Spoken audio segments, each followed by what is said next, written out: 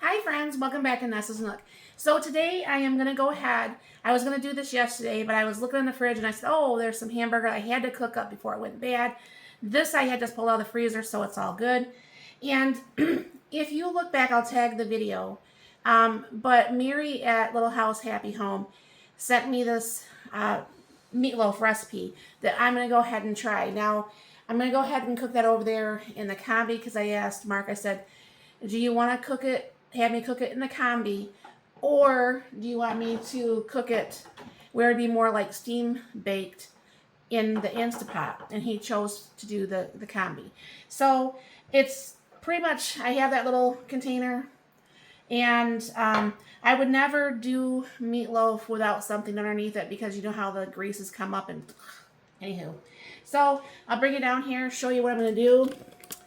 And I have the stainless steel pan that I use inside my Combi instead of the pan that comes with it because I try to do as less stuff with no non-stick stuff.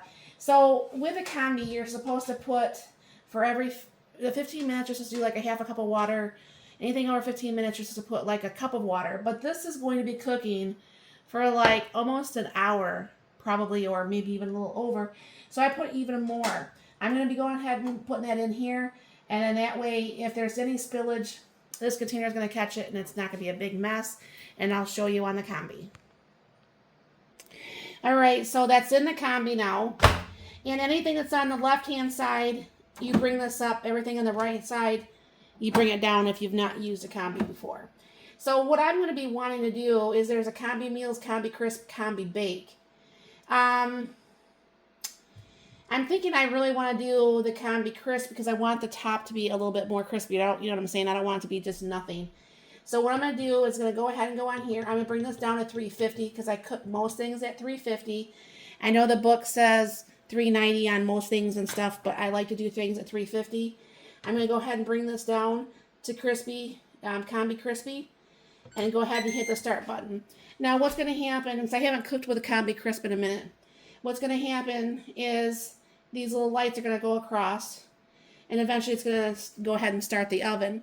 Now I have a little fan back here, and I'll be starting that too, and that's going to blow any of the steam that comes out of here away from my upper cabinets, so that way I don't ruin my cabinets. So I will be back shortly when this gets pulled out, and we'll pull the rest of it together. All right, so the meatloaf is done. It got done in about 25 minutes. I did the temperature, put the probe in there, and it's done. I wasn't ready for that. So it's just sitting over there resting. It'll stay kind of warm because, the door's closed and stuff. So I'll start here, and I'm going to go ahead, and I have this really nice steamer, and it's a rice cooker and steamer thing. But I love the way it does the steaming of my broccoli. And obviously, you can't shove it too full because the door won't close, and that's not cool. So, shuffle that down a little bit. Go ahead and put this on. Now, this is on for 7 minutes, and all I gotta do is hit the start button, and it's pretty much hands off. And then what I'll be doing is I'll be starting some gravy, some of my homemade dried gravy, and then we're just gonna do instant potatoes. Because everybody said, oh, put the gravy over top of the meatloaf. I've never had it that way, but to me, that sounds pretty good.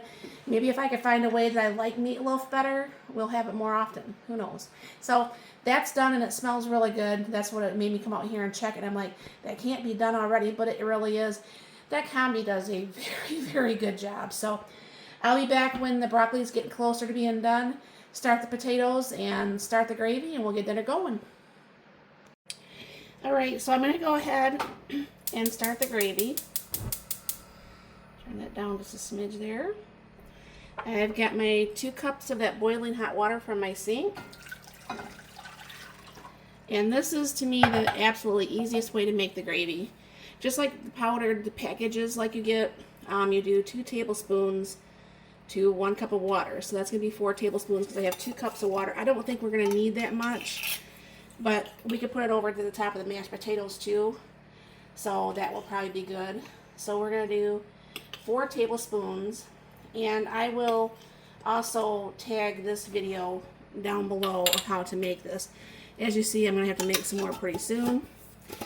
And then just take your whisk and go ahead and just whisk this. Now, because I use the instant hot water, it's almost like, well, it is boiling water coming out of the tap. So it's something that, excuse me, I don't have to wait for it to get really boiling hot. Now, it has a really nice brown color, as you can see. However, I like to use this stuff. My mom used to use this. So I'm just going to go ahead and put in maybe like what would be a teaspoon, okay? And then you'll see how that's going to go from that really nice brown color to the really nice brown color. And you can buy this Walmart, wherever have you. I bought a bigger bottle because I thought I was going to freeze dry some, and it didn't work freeze drying, so don't do that. Don't try to freeze dry. So I'm going to let that get around, and I'll be right back. Alright, so I have 1.5 cups of water here. And then I'm going to go ahead and put the milk in to make it to 2 cups. Alright. Now, I just have those big boxes of potatoes, and I went ahead and just put them in a glass storage. Alright, so 1 cup of instant potato mix. And then I'm going to throw in some sour cream. Let me stir that up a little bit first.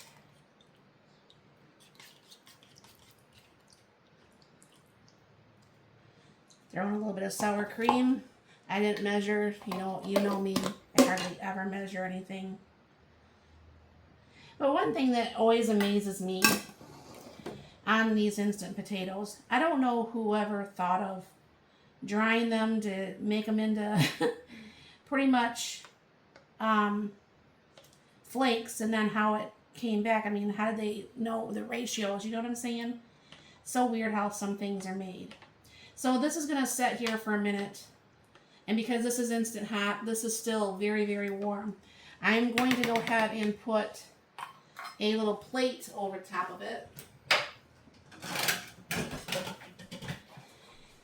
to keep the heat in there. This is done. I'm just waiting on the gravy, and we can have dinner.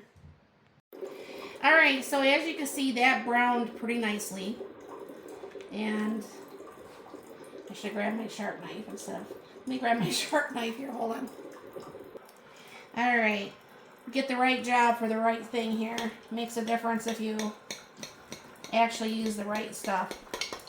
So, everybody knows I love my Cutco knives. If you're ever on the fence, do you need a Cutco knife in your life? The answer is yes. Alright. Wow, that looks nice. I did not cut it all the way through. I thought I did. Alright. And I know you guys are going to want to see having a bite of this. But, as you can see, the water is also gone. So there's what the meatloaf looks like by itself. I'm going to go ahead and get out some broccoli. As you guys know, I love my broccoli. Mark's making some herbal tea to go with dinner. I have my water.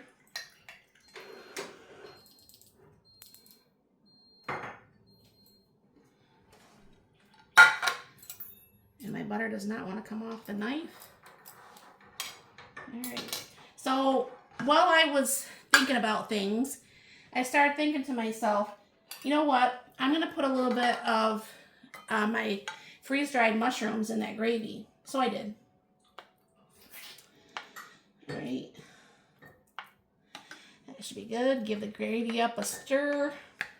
And see how nice that got? So nice and thick. So perfect. Put some over top of the gravy, because hopefully, like I said, hopefully I'm going to like it like this. Alright, so here it goes.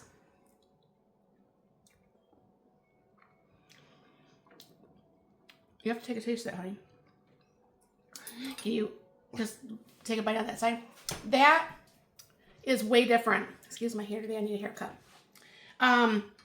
I mean, with the gravy on the top. Have you ever had it with gravy on top? No, that's good. Anyways, oh my gosh, that's really good, Mary. So thank you. And then Robert had sent me one almost like the same. I'm going to take a screenshot so this could be part of the video and have that actually, be part of the video so you can see what was actually in this. They'll be tagged on the gravy and it'll be tagged on how I made the meatloaf. So thank you very much for stopping by. You have a very blessed and wonderful day.